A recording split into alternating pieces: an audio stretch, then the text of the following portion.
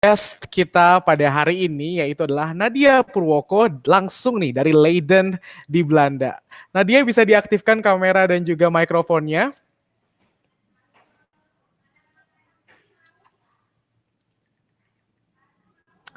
Hai Nadia.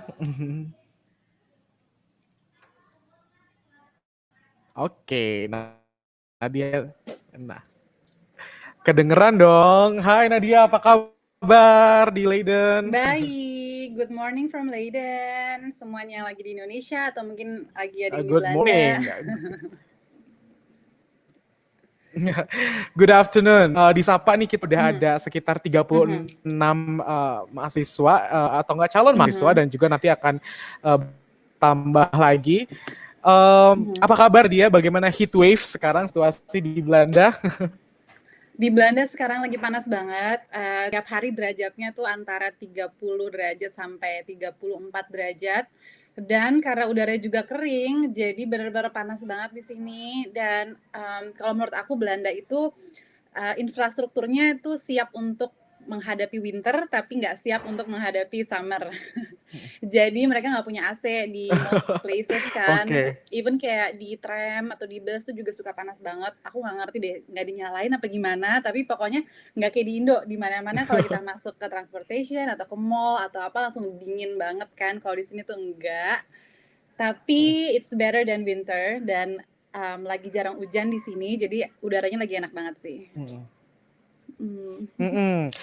Namun perbedaannya juga sekarang walaupun di sana COVID situasi pandemi, tetap kita bisa keluar ya Nat ya, bisa apa namanya nongkrong-nongkrong di taman kayak gitu-gitu. Bisa. Jadi aku kan sempat di sini juga. Jadi kalau aku boleh cerita, aku emang udah dari September tahun lalu di Belanda dan pas corona benar-benar outbreak-nya gila-gilaan banget. Belanda adalah salah satu negara yang kena impact paling gede karena kan kita deket sama Italy. Jadi pas saat itu di World Meter tuh dia udah kayak top 5 gitulah Belanda dan situ aku udah panik banget. Di saat itu kita boleh keluar rumah tapi nggak boleh lebih dari 3 orang dan cuman boleh kayak kalau pun 2 orang itu cuma boleh dari satu household yang sama dan cuma boleh ke groceries dan semua orang basically juga takut keluar rumah. Cuman lama-kelamaan peraturannya udah mulai longgar dan sekarang orang udah bebas keluar rumah. It's okay, rame-rame juga nggak apa-apa asal nggak yang benar-benar kayak lebih dari 50 orang gitu ya. Cuman semua orang udah ngumpul lah di pantai atau di park, jadi itu udah normal. Saat ini sih kalau aku lihat nggak ada yang pakai masker dan emang nggak diwajibkan. Cuman kalau masuk public transportation itu wajib masker. Cuman gitu aja. Jadi sisanya nggak perlu pakai masker ataupun face Ada denda shield. berarti ya kalau misalnya nggak pakai masker di public transportation? Ada Harusnya denda nggak sih kalau ada, misalnya nggak pakai masker? tapi nggak ada yang terlalu ngecekin gitu loh. Dan banyak juga sih yang colongan-colongan nggak pakai masker atau dia pakai masker pas masuk terus habis itu pas di dalam train dicopot lagi sama dia. Itu juga banyak banget karena orang Belanda itu nggak suka pakai masker karena nggak tahu deh mereka tuh bener-bener ngerasa kebebasannya direnggut dengan masker. Dan karena ini juga lagi summer jadi panas banget, jadi mereka tuh ngerasa bener-bener sumuk banget pakai masker gitu. Beda sama kita gitu, kita kan kayak lumayan nurut. Aku jadi lihat perbandingan Indonesia sama Belanda, jadi kayak oh orang Indonesia tuh sedikit lebih nurut ya dibanding orang Belanda gitu. Oke. Gitu. Wow, that's quite surprising. Tapi Iya. semoga dengan seperti itu nggak menambah kasus terus ya. Iya. Oke, teman-teman, ya. Sekarang kita akan masuk ke talk show ini ya, teman-teman. Jadi talk show ini akan kita laksanakan secara interaktif. Jadi kalau misalnya teman-teman udah punya pertanyaan nih tengah talk show yang terkait dengan pertanyaan-pertanyaan yang akan aku lancarkan kepada Nadia, silakan ketik di kolom chat gitu. Nanti kita akan coba tampilkan pertanyaan teman-teman juga. Oke, Nadia boleh cerita nggak Nadia? Nadia itu di Leiden sekarang ngambil jurusan apa? Teman-teman pasti udah tahu ya, Advanced Master atau LM in International Commercial and Civil Law. Ya, ICCL International Civil and Commercial. Oh ya, International Civil and Commercial Law. Bisa jelasin nggak sih Nat, itu tuh jurusannya mengenai apa bedanya sama hukum jurusan hukum yang ada di Indonesia? Oke, jadi, as you may know, aku masuk di namanya ICCL, itu kesingkatannya, itu adalah Advanced Master kalau di Leiden University. Jadi aku nggak tahu kalau di kampus lain gimana, tapi kalau di Leiden University itu ada 2 tipe master. Satu adalah yang Advanced Master, satu lagi Regular Masters. Bedanya apa? Kebetulan teman-teman aku mostly adalah di Advanced Master karena jadwalnya kurang lebih sama. Kalau yang Advanced Master kita nggak terlalu ketemu jadwalnya sama Regular Masters. Jadi aku cuma bisa kasih insight aku dari Advanced Master ya. Kalau aku diinformasikan sama program coordinator aku, Advanced Master itu bedanya adalah lebih ditujukan untuk orang-orang yang udah punya field experience. Jadi bukan suatu program yang ditunjukkan untuk orang yang dari S1 straight langsung S2. Nah, itu bukan, karena dia programnya lebih padat dalam 1 tahun dan juga lebih in-depth dan lebih demanding gitu. Jadi mereka tuh ngerasa, kalau kamu belum punya experience takutnya kamu tuh keteteran gitu. Karena emang you need to have a practical knowledge sebelum kamu masuk ke program ini. But then menurut aku nggak ada salahnya kalau kamu langsung S1 dan habis itu langsung S2 gitu. Karena ada juga beberapa, cuman dikit banget presentasinya. Jadi I think mostly di kelas aku itu semuanya udah punya experience. Dan yang bedain adalah juga kalau di sistem belajarnya itu kayak lebih interaktif ya. Jadi kayak lebih nanya pengalaman kamu gimana, misalnya kamu punya experience di bidang shipping, di bidang mining gitu. Kayak gimana ya, nggak yang kayak ngajarin banget, tapi lebih interaktif karena dosennya juga pengen tahu experience kita di bidang itu kayak gimana gitu. Nah, untuk program aku sendiri ini adalah program yang I think untuk orang-orang yang masuk ke PK Hukum Perusahaan, ini adalah program yang tepat untuk kalian. Kenapa? Karena dia itu benar-benar bisa meng-capture sisi civil and commercial law. Jadi kalau kamu emang pengen jadi lawyer yang ngurusin tentang general corporate, kamu pengen ngurusin tentang merger and acquisition, segala tentang hukum bisnis, hukum perusahaan, ini adalah program yang tepat. Kalau aku boleh kasih tahu, courses-nya adalah, ini kamu bisa lihat juga ya di website-nya, di Leiden University website, tapi salah satunya adalah kayak kita belajar tentang contract law, kita belajar tentang insolvency, arbitration, kita belajar juga tentang private international law, kita belajar tentang property law gitu. Jadi ini itu program yang dimana kita bisa capture keseluruhan dari unsur komersil suatu transaksi. Jadi cukup in-depth, tapi cukup general untuk bisa diaplikasikan ke field manapun yang sedang kamu jalanin di Indonesia gitu. Seperti itu. Oke. Tadi aku menyinggung lagi mengenai advance master kayak gitu. Jadi berarti sebelum sebelum masuk kuliah berarti Nadia juga sudah ada pengalaman sebagai lawyer ya kalau nggak salah ya? Benar, jadi aku ada lulusan Fakultas Hukum Universitas Indonesia. Aku lulus tahun 2014. Nah, setelah itu aku langsung masuk ke kerja. Aku sempat ini kalau anak hukum pasti tahu ya, aku sempat trainee di Assegaf Hamzah and Partners. Dan kemudian aku habis trainee itu aku lanjut lama di Christian Theo and Partners di SCBD. Itu aku hampir 4 tahun di situ. Jadi emang aku udah punya experience 4 tahun kerja di law firm. Dan kalau aku boleh kasih tahu juga, classmates aku benar-benar semuanya punya experience. I think jarang banget yang nggak punya experience, dan banyak yang juga, bahkan ada yang seorang judge di Turki gitu, dia benar-benar kayak tersohor gitu di Turki juga ada. Terus banyak juga yang udah punya ini tuh master keduanya dia. Jadi ada teman aku dari Kolombia, kayak, oh this is my second masters. Jadi emang orang-orangnya adalah professionals yang punya experience gitu. Gitu. Untuk masuk ke advance master sendiri itu ada minimal tahun experience-nya nggak sih untuk bisa diterima? Sebenarnya enggak sih, cuman I mean dia bakal minta CV kamu dan dia bakal lihat di situ if you're qualified enough or not. Tapi menurut aku as long as kamu punya nilai yang bagus dan kamu memenuhi requirements bahasanya, kayak di program aku itu minimum IELTS-nya adalah 7 untuk general score-nya. Jadi kalau aku boleh napak tilas beberapa saat sebelumnya, aku tuh sempat apply ke beberapa university di Belanda. Salah satunya itu Leiden, kemudian Groningen, dan satu lagi aku lupa, I think it's Erasmus. Cuman itu benar-benar aku nggak terlalu pengen ya gitu. Oke. Aku cuma jaga-jaga aja. Nah, tapi dari 3 itu yang requirement-nya paling tinggi adalah di Leiden gitu. Leiden. Dan makanya aku mikir juga, I don't know, aku emang selalu drawn into Leiden, dan untuk mahasiswa alumni Fakultas Hukum UI gitu, banyak banget alumni UI yang masuk ke Leiden, jadi itu udah kayak no brainer ya gitu. Maksudnya emang itu adalah universitas favorit dari anak-anak UI, dan juga banyak senior kantor aku juga yang ke Leiden dan ngambil program ICCL ini. Jadi emang ini jurusan favorit, dan untuk prestisnya juga dapat, untuk kredibilitasnya juga jangan diragukan lagi. Exactly. So, alhamdulillah juga aku dapatnya Leiden gitu.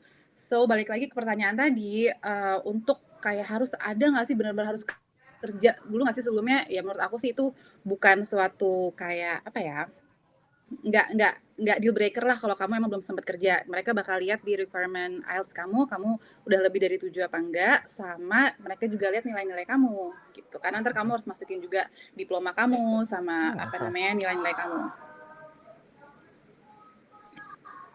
Oke. Ini tadi aku ada sesuatu yang menarik nih. Nadia memilih ternyata bukan Leiden bukan satu-satunya waktu itu yang Nadia daftar. Jadi ada 3 program dan 3-tiganya di Belanda.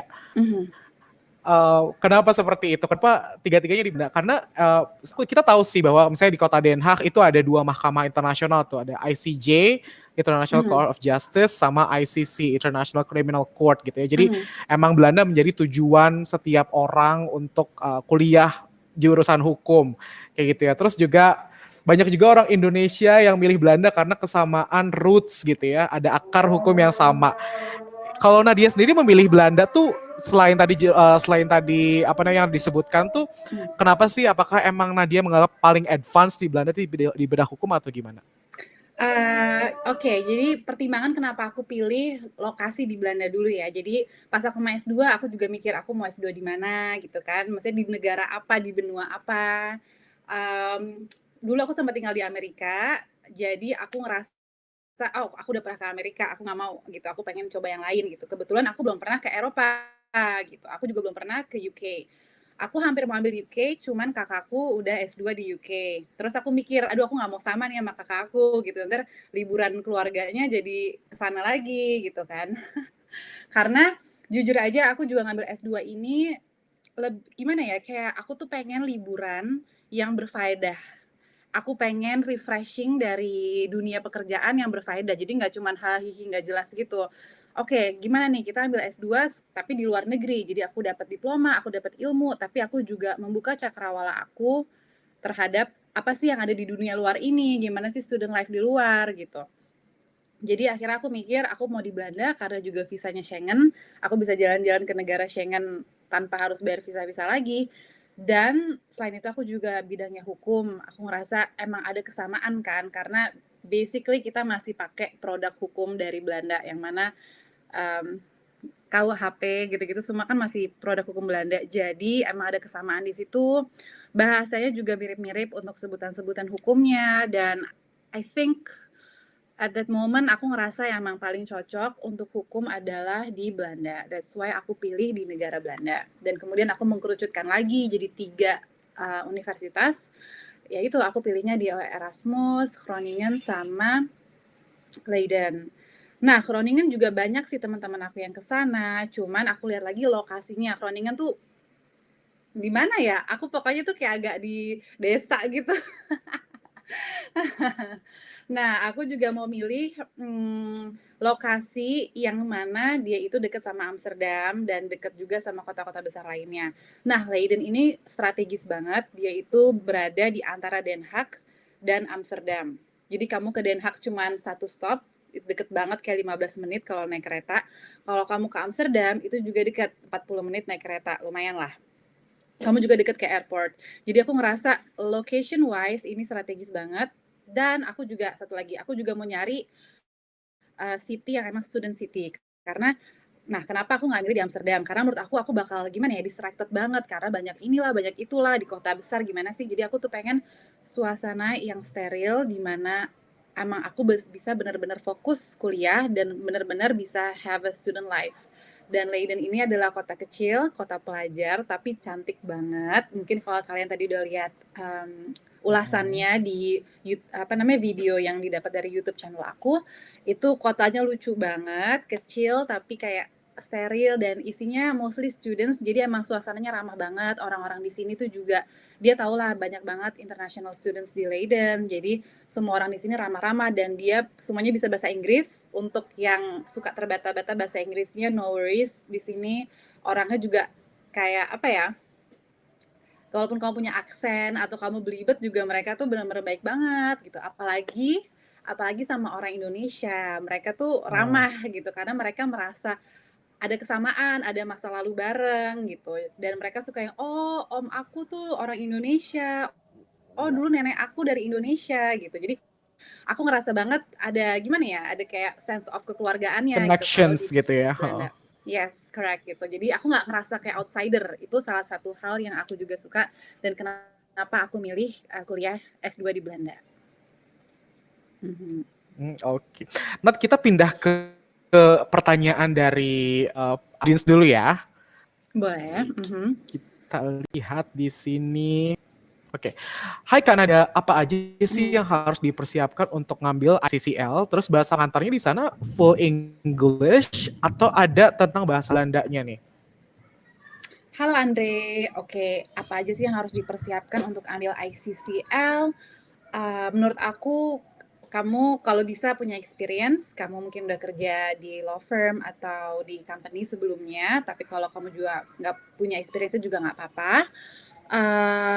I think basic requirements-nya cuman IELTS itu minimum kamu harus 7 dan berlakunya cuma 2 tahun untuk IELTS-nya, dan sisanya sih cuman administratif ya, kayak kamu harus punya recommendation letter dari I think dari 3 orang. Jadi kalau bisa dari kampus kamu, bisa dari employer kamu, sama satu lagi kalau aku dari supervisor tesisku yang di S1. Terus sisanya nggak susah kok, cuman itu aja yang susah, yang IELTS-nya itu, karena banyak banget orang yang nggak nyampe ke 7 untuk general score. Jadi kamu harus benar-benar lah di situ benar-benar belajar untuk dapetin score itu. Terus untuk bahasa pengantar di ICCL itu full English. Jadi kamu tenang aja, semua dosennya bisa bahasa Inggris dan juga menurut aku ya mereka nggak punya aksen yang susah gitu. Semuanya punya level of English yang gimana ya, it's fluent enough, kamu pasti bisa ngerti apa yang mereka omongin dan kamu bisa tangkap apa yang mereka omongin di kelas. Oke. Menarik. Selanjutnya nih, ada yang ternyata pengalaman kerjanya tidak sejalan nih. Gimana kalau misalnya dia lulus hukum tapi kerja di bagian human capital, apakah perlu pengalaman di bidang hukum dulu nih? Particularly untuk ICCM ya, ICCL sorry. ICCL. Ada nggak yang dari Nadia, apa namanya, teman Nadia pengalaman di luar hukum?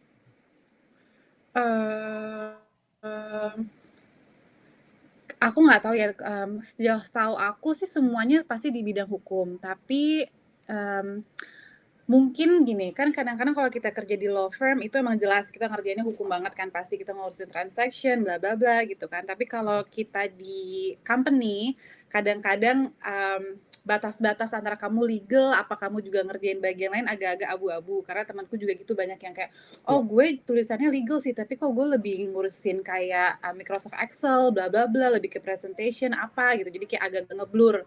Nah, mungkin itu yang terjadi di kamu kali ya. Jadi kamu agak merepet-merepet kerjanya, nggak purely hukum. I don't think this is a problem as long as kamu bisa fulfill IELTS requirement-nya dan juga kamu bisa ngelihat di CV kamu gimana, dan nanti kan kamu juga harus nulis motivation letter. Kenapa kamu mau ngambil jurusan ini? Kenapa program ini bermanfaat untuk kamu? Dan itu benar-benar dilihatin juga sama mereka. As long as kamu bisa membuktikan gimana program ini bakal useful untuk masa depan kamu dan gimana kamu bisa untuk survive di program ini, pasti mereka bakal ngasih kamu acceptance. Ya, jadi aku nambahin Nadia teman-teman. Memang memang linearitas dengan background kerja atau background studi sebelumnya untuk studi di Belanda itu cukup penting. Jadi misalnya teman-teman S1-nya kedokteran gitu, mau S2 Mhm. hukum itu agak sulit untuk Mhm. diterima. Namun kalau misalnya teman-teman Mhm. nih udah punya chance kan, kita punya S1 di bidang hukum, habis itu ternyata bidang kerjanya di human capital tapi masih ada legal-legalnya kayak gitu, tinggal sedikit kuatkan aja di motivation statement Ya. gitu. Bener kata Nadia tadi, mereka juga akan Mhm. consider kok sebenarnya mereka akan consider dan as long as they are a place dan juga kamu dianggap unik dan bisa berkontribusi terhadap dinamika di kelas gitu, pasti kamu juga Iya. acceptance. Kayak Karena I think gitu. yang mereka takutkan adalah kamu keteteran gitu, dan mereka juga nggak pengen kamu salah ambil Mhm. program gitu, karena itu bukan hal yang mustahil ya. Aku banyak dengar, bukan di kelas aku ya, aku banyak dengar ada murid-murid lain, bahkan kayak murid yang dapat beasiswa pun bisa keteteran dan akhirnya mereka pulang ke Indonesia gitu, mereka batal gitu. Mereka selesai, mereka dapat nilainya Hmm. nggak bagus dan mereka udah dibantu tutoring juga dari sesama komunitas beasiswa itu juga nggak bisa, akhirnya dia cancel, dia pulang. Atau ada juga teman di kelas aku yang dia ikut program aku selama I think 3 minggu dan kemudian dia pindah ke program lain karena dia ngerasa, "Oh, aku kurang cocok di sini dan aku juga ngerasa aku tuh susah banget nangkepnya," gitu, compare to orang-orang lain gitu. Jadi I think yang mereka pengen adalah kamu untuk nggak salah pilih program dan kamu jangan sampai keteteran gitu. Mereka pengen memastikan gitu. Makanya nanti kamu tulis di motivation letter gitu, kenapa kamu cocok untuk mengikuti program ini. Exactly. Mhm. Selanjutnya nih Nat, ini Mhm. pertanyaannya bahasanya aku agak nggak ngerti nih, soalnya kayak bahasanya udah bahasa hukum. Kalau bachelor degree-nya litigations dan punya experience di litigations, apakah tetap bisa ngambil ICCL atau harus business law juga? Ini ada kemiripan nggak sih Mmm. Nat, litigation sama ICCL? No, we don't deal with litigation. Jadi aku nggak ngerti ya, mungkin kamu nih S1-nya nggak di Indo ya, karena setahu aku di Indonesia SH aja gitu kan, misalnya nggak ada bachelor degree-nya litigation, tapi kamu ngambil kekhususan di hukum pidana. So I don't think it's a problem kalau kamu emang SH habis itu kamu mau ngambil ICCL, tapi kamu experience-nya di litigation. Cuman I don't know if this is the perfect program for you karena kalau kamu masih ingin menggeluti masalah litigation itu nggak terlalu dibahas di ICCL. As I told you before, ini lebih ke civil and commercial. Jadi ini lebih ke business transaction dan sisi komersil dari bisnis dan usaha. Jadi aku nggak ngerasa ini terlalu ada manfaatnya buat kamu. Kalau kamu emang pengen litigation, ada teman aku yang ngambil program regular masters tentang dispute resolution. I think itu lebih cocok buat kamu kalau emang kamu mau meneruskan litigasi kamu gitu. Untuk di ICCL sendiri yang merepet litigation itu cuman arbitrase gitu. Jadi unless kamu mau menggeluti arbitrase, itu kamu nggak apa-apa. Misalnya gini, oke, aku tuh lulusannya litigation, tapi aku juga pengen punya wawasan di business law, tapi yang ada merepet ke litigation-nya juga. Itu nggak apa-apa kamu ambil ICCL. Kita ngebahas di arbitration, tapi ya itu, then again kamu maunya kemana gitu, karena banyak program-program lain di ranah dispute resolution yang lebih cocok buat kamu gitu. Kalau emang kamu pengen business law tapi merepet litigation, ada juga di ICCL, itu dibahas juga. Cuman menurut aku sayang gitu. Kalau kamu emang pengen fokus ke arbitration, juga ada program lain yang lebih spesifik untuk dispute resolution and arbitration gitu. So that's it gitu. Tapi untuk kayak background kamu beda itu nggak apa-apa, itu nggak masalah. Kayak sama kayak pertanyaan sebelumnya gitu, background kamu Ya, beda, terus dan kamu masuk business law, it's okay. ya, jadi mau ngasih tahu juga nih teman-teman kalau misalnya di Belanda tuh jurusan hukum tuh banyak banget, nggak Ya. cuma ICCL aja, ada yang tentang apa namanya sampai aerospace law, ada yang Yes. apa namanya hukum maritim gitu kan, itu juga ada gitu teman. Dan itu nggak cuma di Leiden aja, kalau anak-anak hukum di Indonesia biasanya Leiden gitu kan. Tapi kalau misalnya di Belanda ada banyak banget dan ada banyak. apa namanya ya secara kualitas gitu ya, di Belanda itu nggak ada sistem ranking teman-teman. Jadi setiap setiap program studi yang sama di satu universitas dan universitas lain itu kualitasnya dianggap setara. Namun setiap universitas berhak atau kayak dia punya kekhususan di program masing-masing, keunggulan di program masing-masing. Makanya research is very important before we sebelum kita mendaftar ke Dutch University. Setuju. Sebelum kita ke pertanyaan lagi, kita masuk ke topik selanjutnya ya, Nat. Ini mengenai perkuliahan nih ya. Oke. What do you find the differences between sitting in the class in the law school in Indonesia dan juga di Belanda? Apa sih perbedaannya? Yang apakah sama harus tetap baca diktat yang kayak tebel kayak gitu, ngafalin dan segala macam, atau berbeda? Oke, jadi aku mau compare dari perspektifku sebagai lulusan Fakultas Hukum UI ya. Menurut aku beda banget. Jadi aku cukup kaget ketika aku pindah ke Leiden dengan learning systemnya gimana, karena even though aku punya experience dan maksudnya I'm fluent in English, tapi aku juga kaget karena mereka ngajarinnya cepet banget. Ya, apalagi in my program mereka tuh expect aku udah punya background di semua hal yang akan mereka ajarin, dan emang program aku tuh lebih untuk pendalaman gitu. Jadi mereka nggak yang kayak ngajarin dari awal gitu tuh, enggak gitu. Jadi aku kaget banget gimana fast pace-nya di program aku. Dan bedanya di Indonesia adalah kamu tuh harus baca banyak banget di sini. Jadi every seminar, kita ngomongnya kan seminar itu tuh kayak kamu tuh harus baca kayak semacam kayak lebih dari 100 halaman kayak required reading-nya. Itu benar-benar capek banget karena aku di UI tuh gimana ya? Mungkin ada yang anak UI di sini ya. Di UI itu cukup santai menurut aku ya.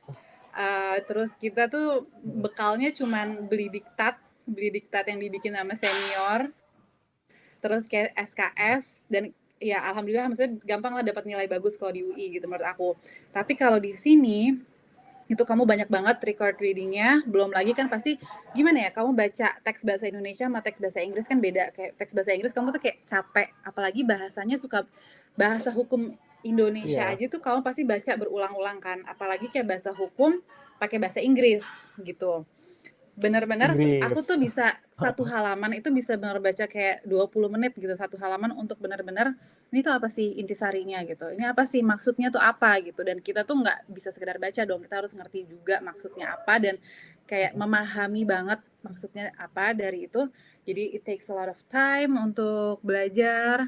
Jadi aku tuh sering banget kayak habis dari kelas aku ke library, sebelum kelas aku library karena aku perlu baca itu. Dan mereka emang gimana ya, mereka tuh nggak mau nungguin kita gitu. Kalau kita bingung ya udah kita bingung aja sampai ujian gitu. Jadi kita harus gercep untuk belajar sendiri dan baca required reading-nya. Terus juga harus cepet nangkep. Nah, salah satu tips adalah aku suka record pelajarannya pakai recorder di iPhone aku, jadi audio gitu. Jadi kalau misalnya ada yang kamu miss atau kamu skip, karena kan kita di kelas dia ngajarin, aku langsung sambil ngetik di laptop aku kan.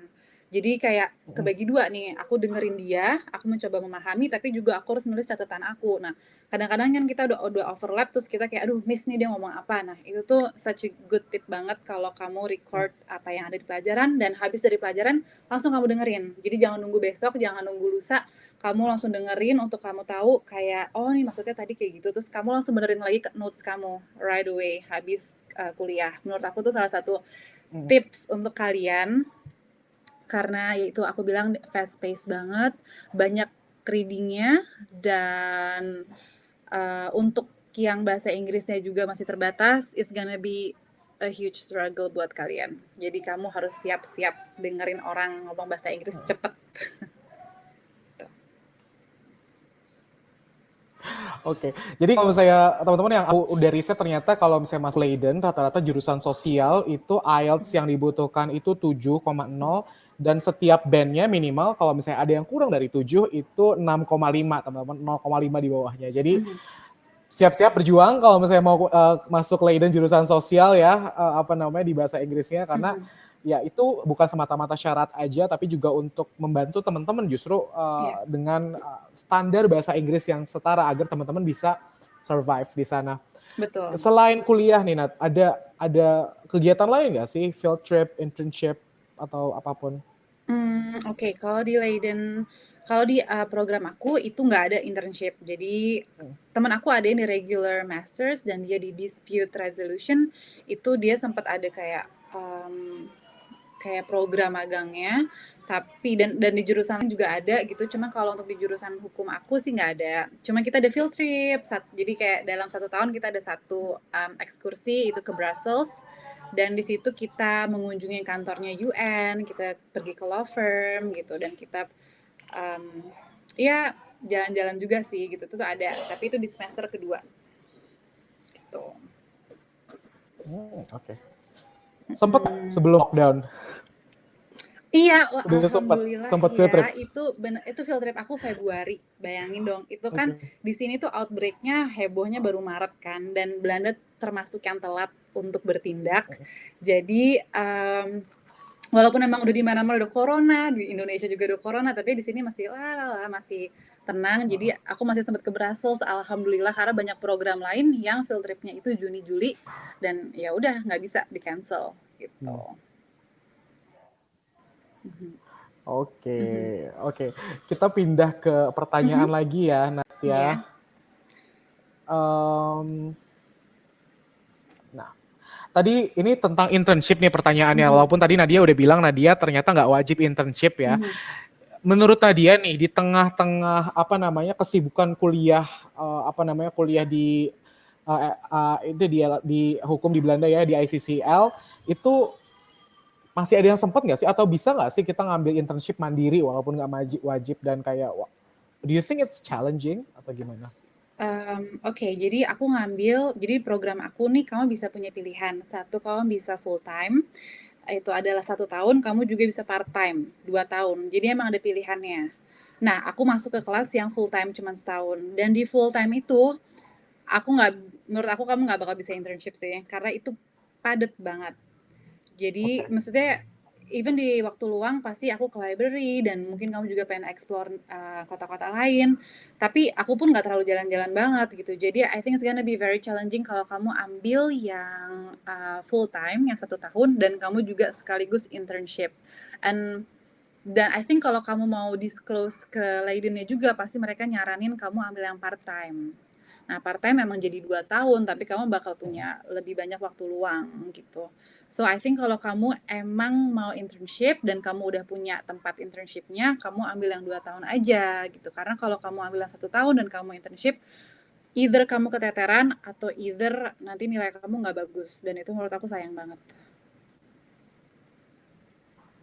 Oke. Jadi Mhm. dari awal teman-teman udah bisa nentuin ya Mhm. mau part time mau full time Mhm. karena memang kayak silabus pun gitu ya itu udah jelas banget ada di websitenya untuk membantu Yes. teman-teman memilih program studi kayak gitu. Jadi Mhm. jangan sampai teman-teman nyesel gara-gara nggak cukup riset Mhm. gitu. Ternyata Betul. banyak juga loh orang-orang yang udah diterima gitu, udah dianggap advance nih sama jurusannya tapi ujung-ujungnya nyesel gara-gara apa namanya nggak riset. Jadi jangan Iya. sampai itu terjadi ya Iya. teman-teman.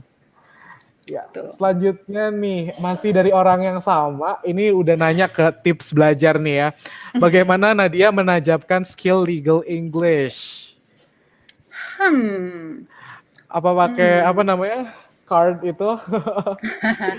Kalau apa ya, legal English aku ya, alhamdulillah karena aku udah kerja di law firm selama 4 tahun dan bos aku adalah orang Australia yang lulusan Harvard. Jadi dia tuh pedantik banget masalah English. Jadi benar-benar kayak udah grammar Nazi udah lebih lagi kayak jadi aku udah diasah di situ ya gitu. Jadi gimana ya? Legal English, I think kamu bisa juga kayak aku juga suka lihat kayak misalnya seminar-seminar di YouTube gitu. Kamu dengerin aja topik-topik hukum gitu. Karena itu adalah satu cara untuk kamu kayak menajamkan legal English kamu. Terus apalagi I think it's very different ya. Kamu English biasa sama legal English, kamu emang harus terjun ke field itu, kamu harus kerja, kamu harus kayak Langsung. communicate sama klien gitu. Dan klien aku kan kayak 90% di kantor tuh kayak foreign clients, jadi kayak emang ada tata bahasa yang berbeda. I admit itu emang benar, dan I think salah satunya cuman satu cara yang paling gitu adalah kamu harus kerja di bidang itu, dan kamu kerja di mana kamu banyak exposure ke foreign clients atau foreign matters gitu. Jadi ya udah. I hope this Ini ternyata helps. nggak ada tip khusus ya teman-teman. Tapi kayak learning by doing, Yes. pengalaman itu benar-benar membantu banget. Yeah. Kayak gitu. Tapi kalau misalnya kamu emang kayak nggak punya apa namanya pengalamannya emang masih dikit, pakai flashcard will help. Iya, iya. Tapi kayak menurut aku kalau misalnya ada yang bilang course legal English gitu. Kalau emang menurut aku gimana ya? Kalau emang gratis nggak apa-apa. Tapi misalnya kalau kamu bayar gitu, I don't think it's gonna be that useful, you know. Karena dan again kamu harus praktis gitu. Kamu harus coba dan kamu harus apply itu. Dan kadang-kadang kalau misalnya yang terlalu baku juga it doesn't work in a practical scheme gitu. Jadi kayak misalnya terlalu baku tapi misalnya di kayak in the commercial scheme tuh nggak dipakai juga kayak apa gunanya kan gitu. So ya, cari pengalaman. Oke. Cari pengalaman yang terbaik ya. Oke, kita pindah lagi nih ke diskusi nih Nat gitu ya. Yang tadi udah tentang kuliah, sekarang tentang lebih ke culture ya, academic culture. How do you find interacting with dosen di Belanda itu seperti apa? Apakah tetap ada hierarki gitu? Nadia merasa jauh dengan dosen atau dipanggil nama aja atau gimana?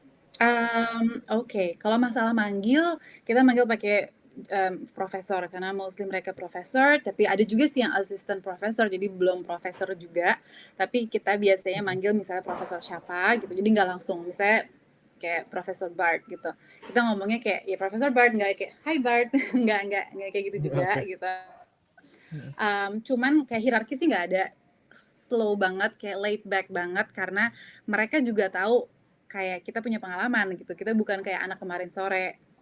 Dan untuk kayak misalnya assistant professors gitu, kadang-kadang mereka juga ngajarin juga, dan mereka masih muda-muda kan, sedangkan aku juga punya teman yang udah umur kayak 33, 34 tahun, yang judge dan juga yang udah kerja lama, jadi kayak I mean kayak kita tuh nggak jomplang gitu, kita sama-sama professionals that has experience. Jadi nggak ada tuh yang kayak oh lo masih murid lo nggak tahu apa-apa gitu, mereka nggak pernah ngelihat kita kayak gitu. Even though misalnya ada juga yang fresh graduate dari S1, tapi ya mereka semua ngelihat kita kayak setara, dan kita banyak juga diskusi, kita juga banyak gimana sih misalnya di Indonesia, mereka tuh curious banget juga di Indonesia gimana gitu, makanya kita juga suka bikin kayak comparative discussion, gimana di Indonesia, gimana di negara-negara lain gitu. So nggak ada hierarki, is a very laid back atmosphere, kayak friendly, I can say it's also friendly, dan di Belanda juga culture-nya adalah kita tuh kalau ngomong kayak apa ya, straightforward ya, jadi nggak terlalu kaku gitu, emang Belanda kayak gitu, jadi kamu bisa ngomong langsung aja gitu ke dosen-dosen kamu, dan mereka malah lebih suka to the point gitu, mereka nggak suka basa-basi gitu. So ya gitu. Dan kadang-kadang agak bikin nyelekit ya Nat ya di waktu di awal-awal tentang straightforward ini. Kadang apalagi aku orang Jawa kan, jadi aku udah biasa sama kayak basa-basi gitu kan, jadi emang kadang-kadang shock aja gitu denger kayak gini. Cuma lama-lama kamu get used to it, dan lama-lama kamu juga ngomongnya straightforward ke mereka gitu kan, karena mereka yang kaget juga gitu, kayak nih orang kok jadi Dutch gini gitu. Oke. Gitu. Ada pengalaman nggak yang unik selama group work misalnya, kayak dirimu menilai teman-teman tuh apa dalam mengerjakan tugas dengan perbedaan budaya itu gimana sih? Do you find it challenging? So kalau aku boleh cerita, di kelas aku itu banyak Asianya. Jadi komposisi kelas aku itu I think kayak misalnya orang Indonesianya ada 6 apa 7 termasuk aku. I think 6 termasuk aku. Terus juga banyak orang Cinanya juga. Jadi ini juga salah satu program yang dimana orang Cina itu demen. I'm not sure why, tapi kayak I think orang Cina juga ada sekitar 6 orang.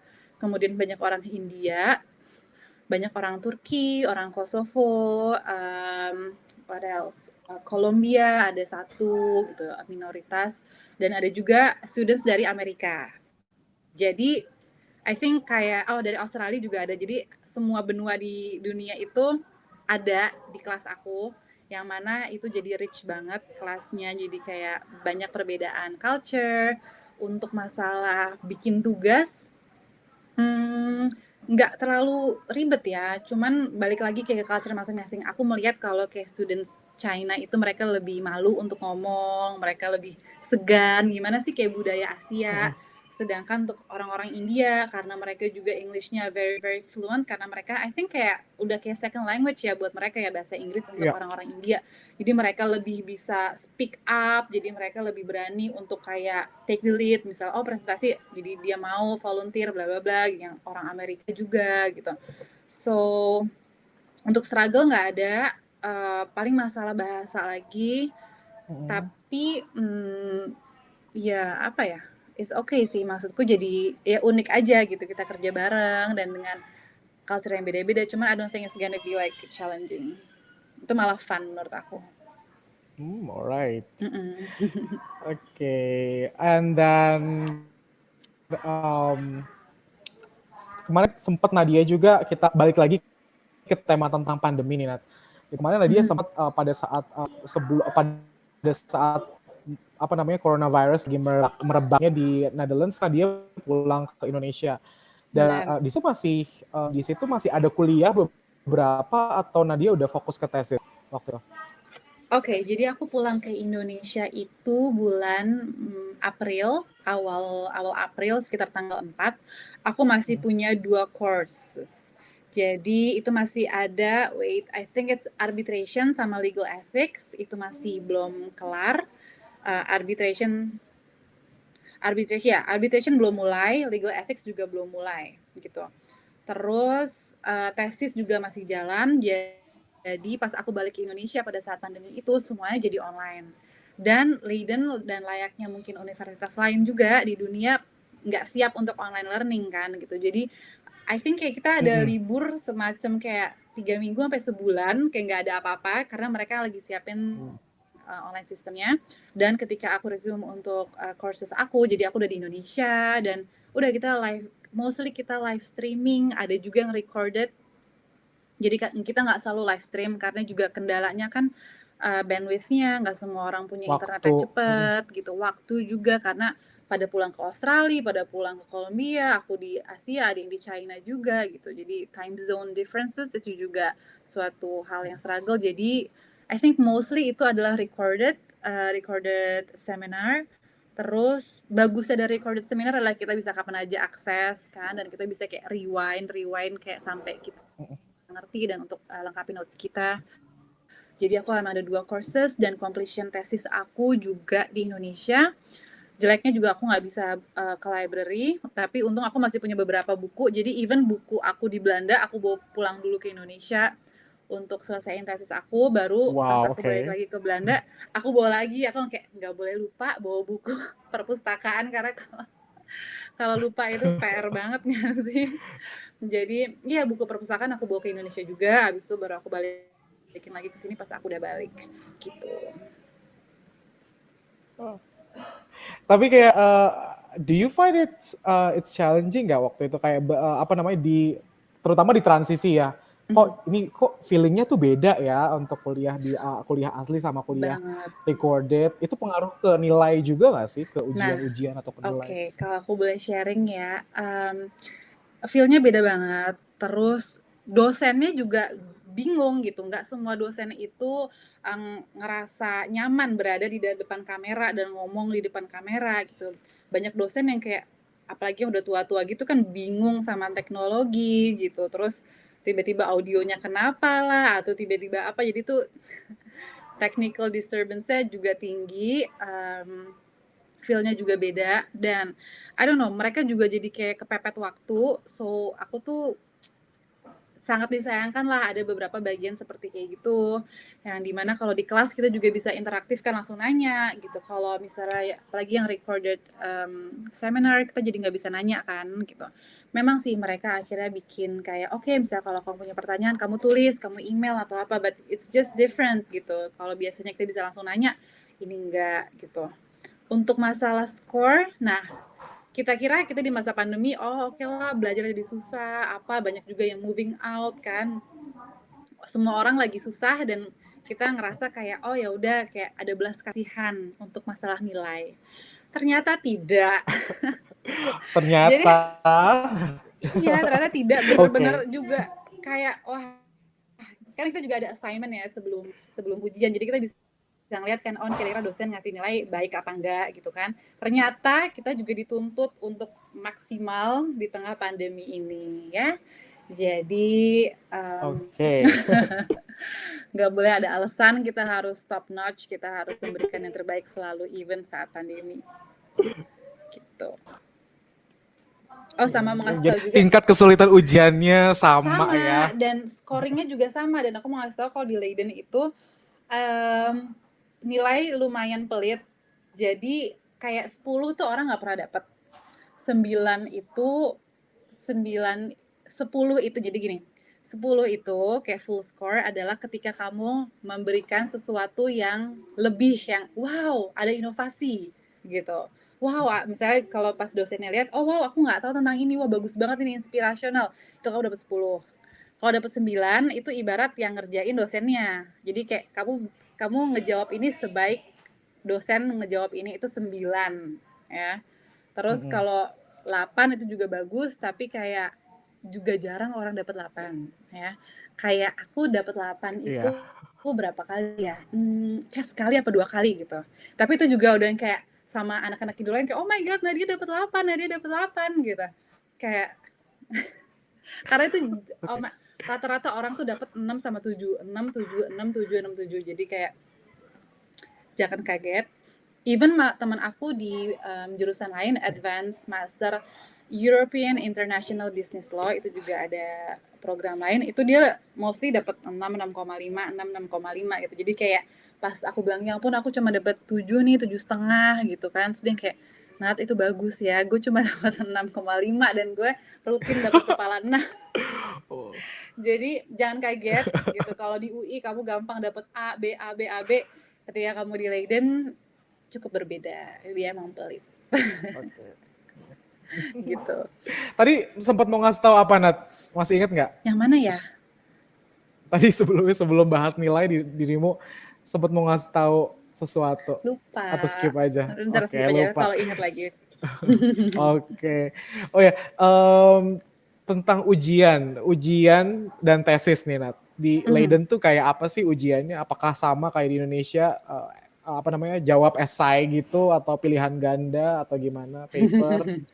Oke, jadi kalau di Belanda itu examnya adalah biasanya sih exam biasa 3 jam. 3 jam ada soalnya dan itu mostly esai. Iya, jadi nggak pernah ada pilihan ganda, nggak pernah juga ada kayak isian gitu, nggak. Pasti kayak kamu harus analisa gitu. Terus ya gimana ya, I think kalau anak hukum pasti udah biasa ya ngerjain kayak gini. Jadi kamu analisis apa, terus kamu conclusionnya apa, terus dasar hukumnya apa gitu. Cuman yang beda adalah 3 jam sih dia mostly, nggak ada yang lebih singkat. Cuman kamu juga udah terbiasa, jadi kalau di ICCL kelasnya tuh minimum 3 jam gitu. Maksimum kayak 6 jam, jadi ada 2 kelas sehari gitu. Kadang-kadang terpisah, oke kayak 3 jam pagi, 3 jam sore, which is okay. Tapi kadang-kadang langsung 6 jam.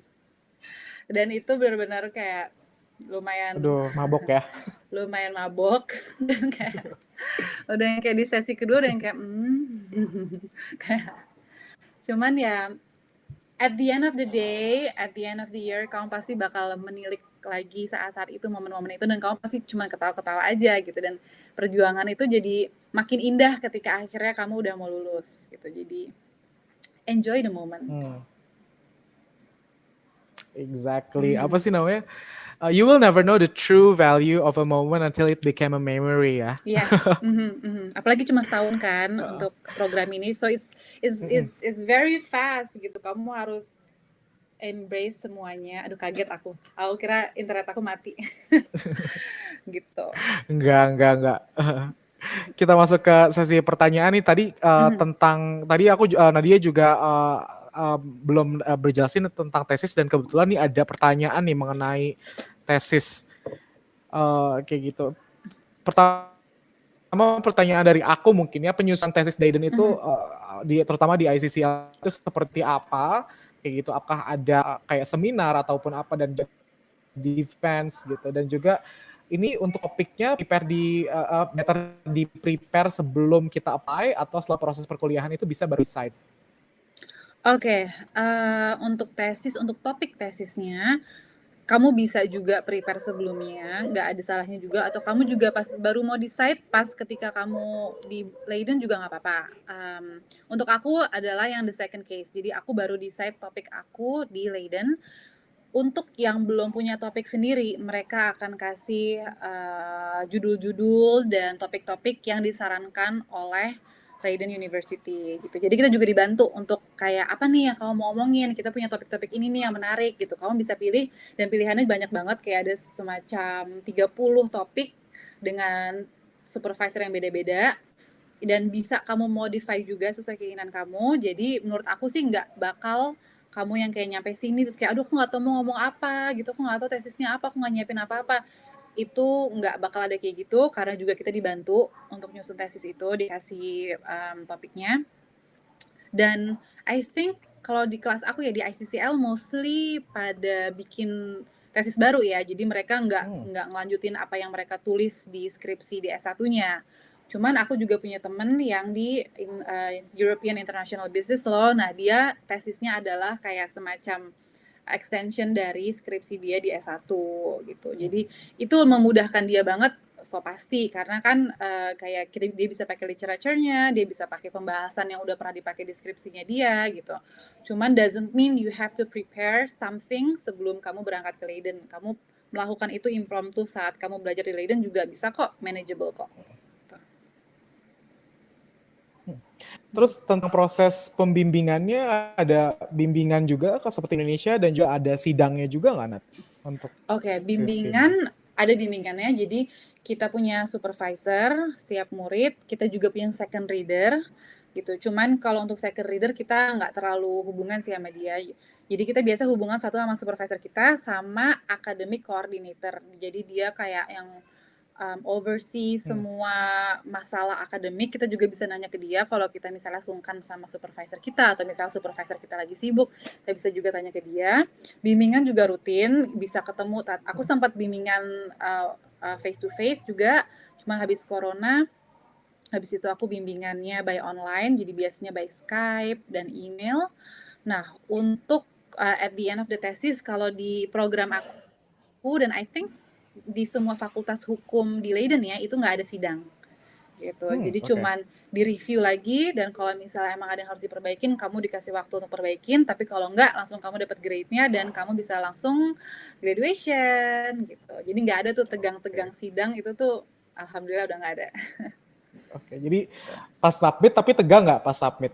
Submit tegang banget. Nah, sama tegangnya adalah plagiarism check-nya. Itu tuh lumayan tinggi banget di sini dan lumayan ketat banget ya. Jadi misalnya kayak aku punya app yang Grammarly dan aku subscribe yang premium kan karena aku pengen cek kayak plagiarism aku. Nah, bedanya kalau misalnya even tuh udah berbayar ya. Misalnya aku di Grammarly plagiarism aku kayak cuman berapa ya? Dikit banget deh, kayak macam 3%, 5%. Tapi kalau kita masukin ke sistem Leiden namanya Turnitin itu plagiarism check-nya bisa tiba-tiba kayak 25% gitu. Jadi sekejam itu plagiarism check-nya dan emang kalau di atas 30% itu pasti dipertanyakan gitu. Dan bakal diliatin banget ini kamu bener-bener nge-source yang bener nggak? Ini bener-bener plagiarism sesungguhnya atau misalnya kadang-kadang kan juga sistem gimana sih kita udah kasih footnote, kita kasih sources yang benar-benar memadai tapi masih di-detect as plagiarism. Mereka juga bakal lihat lagi manually. Cuman kalau udah di atas dari 30% biasanya langsung diliatin banget gitu, dan it's not a good thing to have kayak skor setinggi itu di plagiarism. Jadi yang budayanya masih suka copy and paste itu harus dihilangkan sebelum kalian datang ke LinkedIn, karena itu akan bikin hidup kalian sengsara kalau kalian kebiasaan kayak gitu. Oke.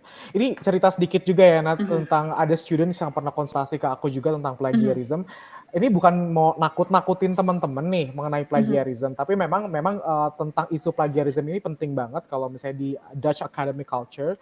Jadi ada satu orang yang agak terhambat lulusnya beberapa bulan karena soal plagiarism di tesisnya ini, dan ternyata pas ditelisik gitu dia melakukan self plagiarism atau plagiarisme Apa tuh? terhadap karya sendiri gitu. Jadi ternyata dia ada tinjauan teori yang dia ambil dari tugasnya dia sendiri, habis itu kayak dia masukin ke tesisnya dan dia dipermasalahkan itu. Bahkan itu juga plagiarisme terhadap dirinya sendiri. Karya dia itu sendiri agak ya. agak challenging sih di sini. Jadi emang kayak you have to be aware of the the system, academic system in NL, tapi di sana tetap akan ada counselor dan juga dan juga program koordinator ya yang akan membantu kita kalau misalnya kita nggak. Gitu. Lucu juga, iya, dan aku ingat sebelum aku actually arrive in our end of discussions. Oke, silakan ya. Dijelasin dulu kenapa sebelum apa ya, nggak apa, jadi ingat emang apa tadi? yang tentang plagiarism kan emang di Indonesia budayanya nggak kayak gitu ya. Aku juga di UI, I don't think aku pernah mengalami plagiarism check. Aku kalau teman aku di Binus University sih mereka ada, tapi kalau kayak di UI, even maksudnya UI gitu loh, tapi aku tuh nggak pernah ada masalah plagiarism check gitu kan. Jadi emang it's something new, dan benar juga yang tadi self plagiarism, karena sebelum kita sampai tesis kita harus isi statement letter kalau ini bukan diambil dari orang, udah pasti, dan ini juga bukan produk yang pernah kita bikin sebelumnya gitu. Jadi emang benar kayak kata Vidi, kita nggak bisa pakai produk yang kita udah bikin kayak 3 tahun yang lalu, kita recreate lagi, ubah-ubah dikit, itu juga nggak boleh, karena kalau misalnya itu ada di sistem mereka, di database plagiarism mereka bisa ke-detect dan kita bisa kena masalah gitu. Itu ada ternyata ada anak UI di sini, di UI udah ada syarat penelitian juga kok Kak, gitu katanya sekarang.